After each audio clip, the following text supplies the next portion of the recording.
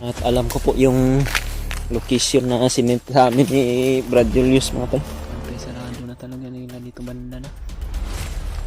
Doon na ba eh?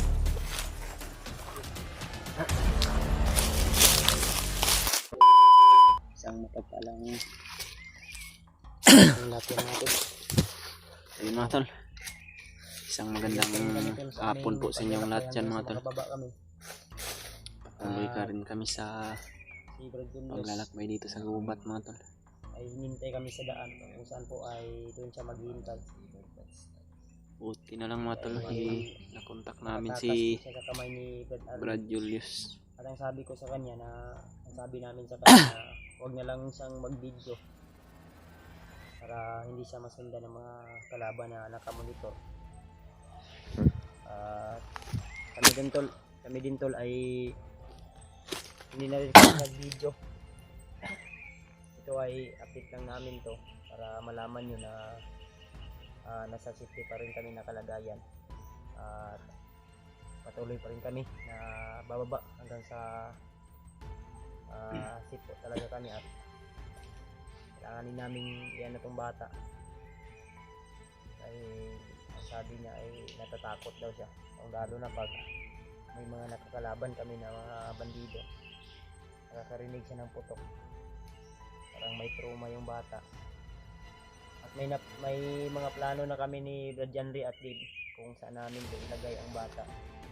Kung sa ganun ay mag-iisip dito siya. At hindi lang namin muna sasabihin para secure na rin din sa bata ko. Ay minsan ay bigla na lang iyak. At tinatanong namin, hindi sumasagot. Pero feel namin na parang may trauma talaga yung bata dahil sa nangyari sa kanya. At yung ate lagi niyang hinahanap at hindi naman pwede na hindi namin ito ibaba. Mapahamak pa ito. Ano kami, magiging sagabal namin ito. Mahirapan kami makatakbo, makipaglaban. Gawa ng may bata kaming bitbit at may dala kami no na hindi talaga pwede na sasalang namin sa pagkipaglaban. So, shout out po sa lahat ng mga solid nating taga-suporta, mga silent viewers. So, salamat sa inyong update. Ano na yun? Lagi remark ay awa ng Panginoon, nakababa sila ang ligtas. Si Julius, nakawala kami dahil nakita namin yung video at yung mga music namin. Dito po kami sa gubat na to mga talo. Sobrang napakasukal po. Dito po kami na padpad sa pagka dito rin po yung sa tingin namin na safety po na daanan mga talo. Dahil dito po kami na punta sa aming mga paglalakbay kagabi. Yan, pasalamat din po kami mga talo na kaligtas po si Brad Julius sa kamay ni Commander Arnel. Dahil nahuli pala ni Arnel si Julius mga tol. Kaya nag-alala rin po kami sa kalagayan ni Julius. Ngunit isang magandang balita naman po yung isabi namin ngayon mga tol. Dahil nakontak na namin si Julius at papunta na kami dun sa location na sinint niya sa amin mga tol. Dahil doon na po siya sa nakakita na daw siya ng daanan patungo sa bayan at nakauna na daw siya doon, kaya papunta na po kami doon mga tol. Shout out po kang Ate Maria Teresa Bayugos from Bahamas. Maraming salamat po talaga. Mag-ingat ka po palagi sa trabaho mo. Sa kanila Ate Mirna Huot, Ate Chi Shakira, Ate MD Daos, Ate Jace Libra. Maraming salamat po sa walang sawang pagsuporta nyo sa amin at sa panonood nyo lagi ng aming mga video. Shout out po sa inyong lahat at maraming salamat po talaga sa mga silent viewers namin. Lubos po kaming nagpapasalamat sa inyo sa mga Dalangin nyo po. Yun, patuloy kami sa paglakbay. Dahil sabi ni Brad Julius, nakakita na daw siya ng daan ba? At naghihintay daw siya doon. Naghihintay pa si Julius doon pala.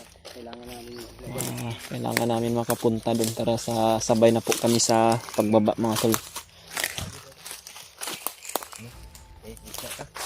Tara. Okay, para makakuha na ta.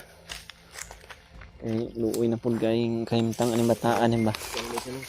Nadamay pa noon ni sige baktas aning bukid.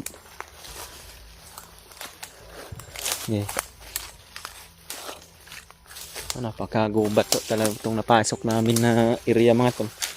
Dahil sa tingin namin dito po kasi yung safety na daanan mga tol eh.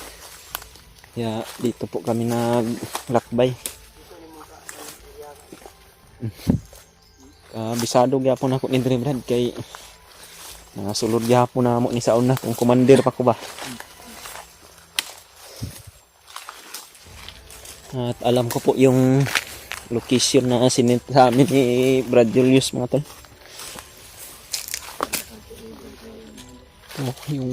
Ito yung mga palatandaan, mga patikan.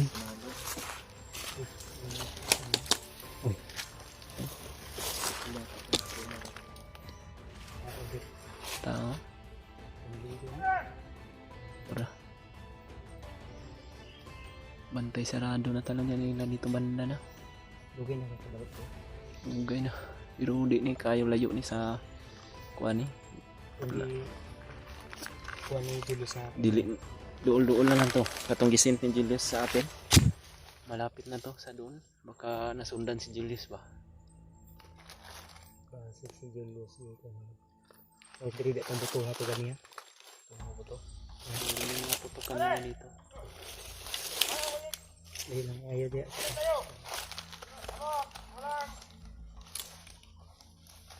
Ako lang na, bahagyar siguro na.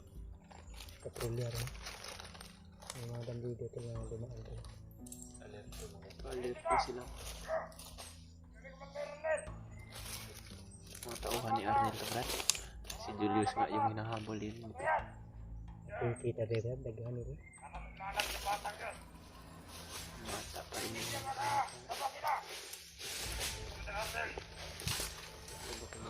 Basta ka man? Tara, trasta. Dili na to ni kan.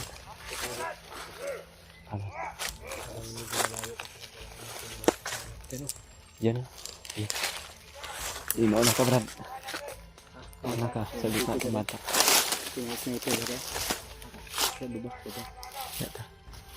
Kaya na sila daw. Marami sila dyan tulo. Hindi namin nakikita yung iba pag dito. Halata na marami talaga sila kasi hinahanap daw nila yung bata.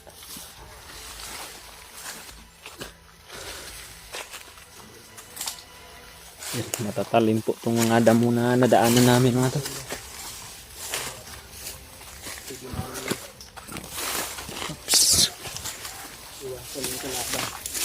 Oops. Ayaw na kay gunit na ng kwan. Eh? Baba? Baba lang. Eh?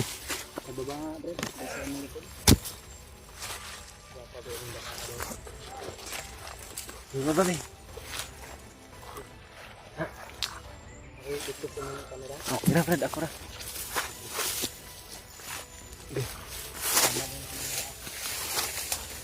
Nadaat mo din. Nabutas na kwan.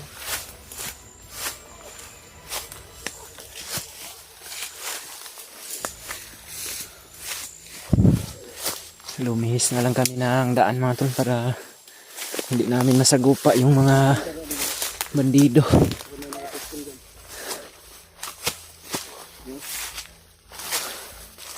Yung pinanay. Oh.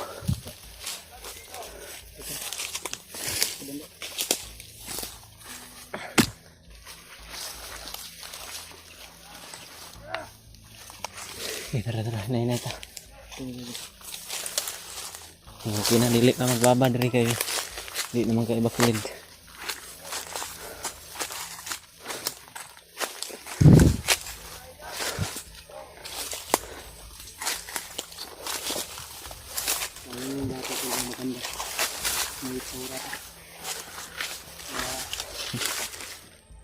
Masama na dito. Naghahanap na siguro yung kuha nito ba? Sugatan yung bata. Sugatan ang paa. Sana. Salagot. May naman. Ito masagot. Ang pangalit. Hindi ko na. Turo. Ang dito. Baba. Dito talaga sa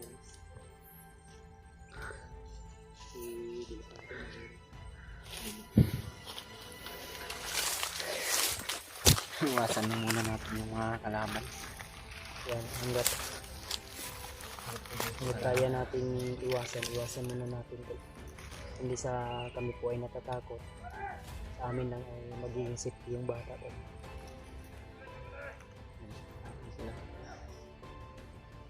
Sila bro.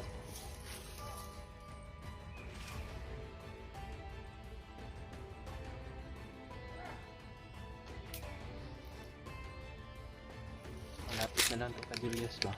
Sinipin Julius na po. Kasi kaya ang mga bandido niya na naririnig na rin niya ni Brad Julius. Wala, dari banda. Ito sila napito. Baka na monitor nila yung mga kilos ni Julius.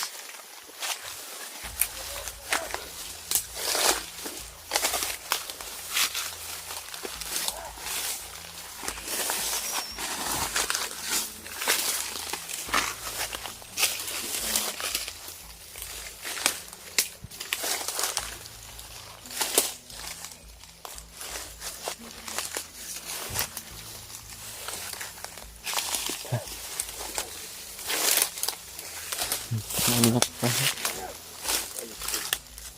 Sino? Kan? Pero Ini nakaposting dyan pala.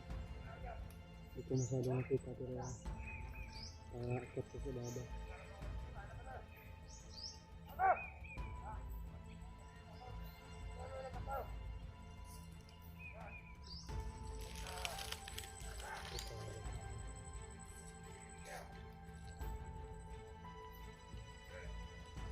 bumaba na naman sila. Bumaba.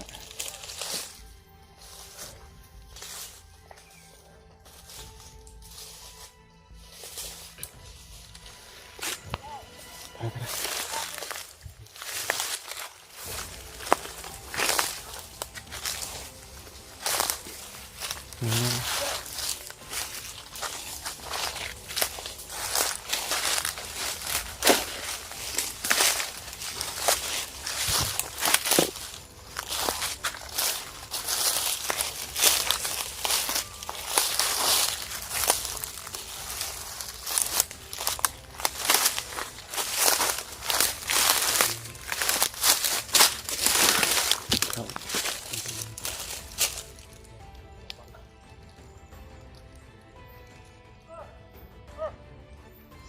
Ang padang si Babaw.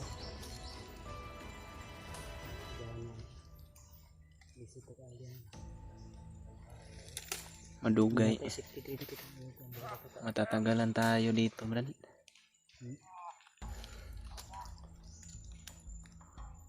Dekado.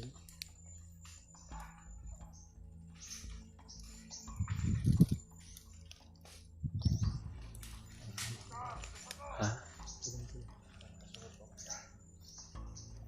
Ha? May dumating na naman. Oh.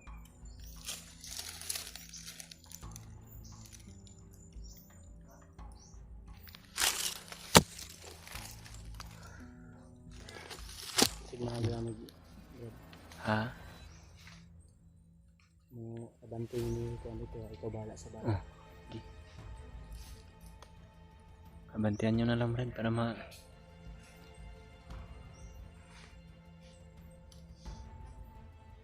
para dumaan lang sila. Labayan nila. Para sa Madung sila dito, luyo. bilang buntot ba?